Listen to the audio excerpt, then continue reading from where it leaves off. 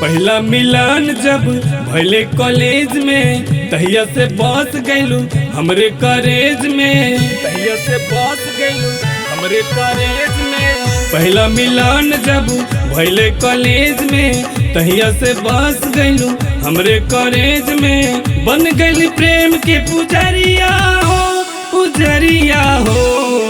बिन तोहार नहीं जी अब ये रानी, धैले बा प्यार के बीमारिया हो। बिन तोहार नहीं जी अब ये रानी, धैले बा प्यार के बीमारिया हो।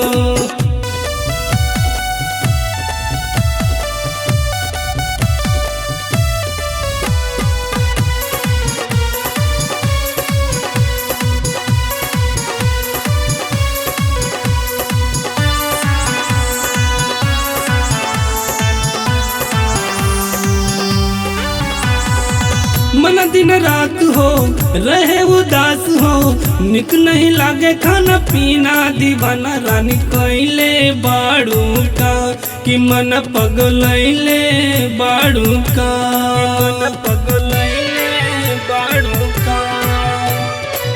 मन दिन रात हो रहे उदास हो, निक नहीं लागे खाना पीना। दीवाना रानी कैले बाड़ू का, कि मन पगलैले बाड़ू का।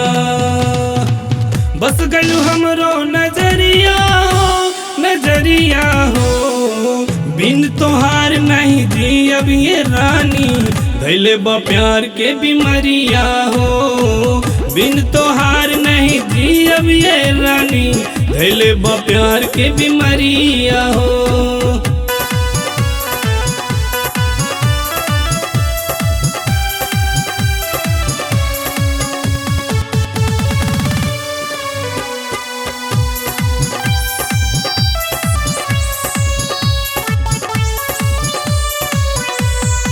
टिंकू रोहित के दिलवा के जीत के, देत नहीं खुतन को धयनवा। रानी हो तू सपनवा तुर भूका, रानी हो मोर जनवा मर भूका, रानी हो मोर जनवा मर भूका। टिंकू रोहित के दिलवा के जीत के, देत नहीं खुतन को धयनवा। रानी हो तू सपनवा तुर भूका, रानी हो मोर जनवा मर भूका। इहे बा हमरो फिक्रिया हो, फिक्रिया हो। बिन तोहार नहीं जी अब ये रानी, धैले बा प्यार के बीमारिया हो। बिन तोहार नहीं जी अब ये रानी, धैले बा प्यार के बीमारिया हो।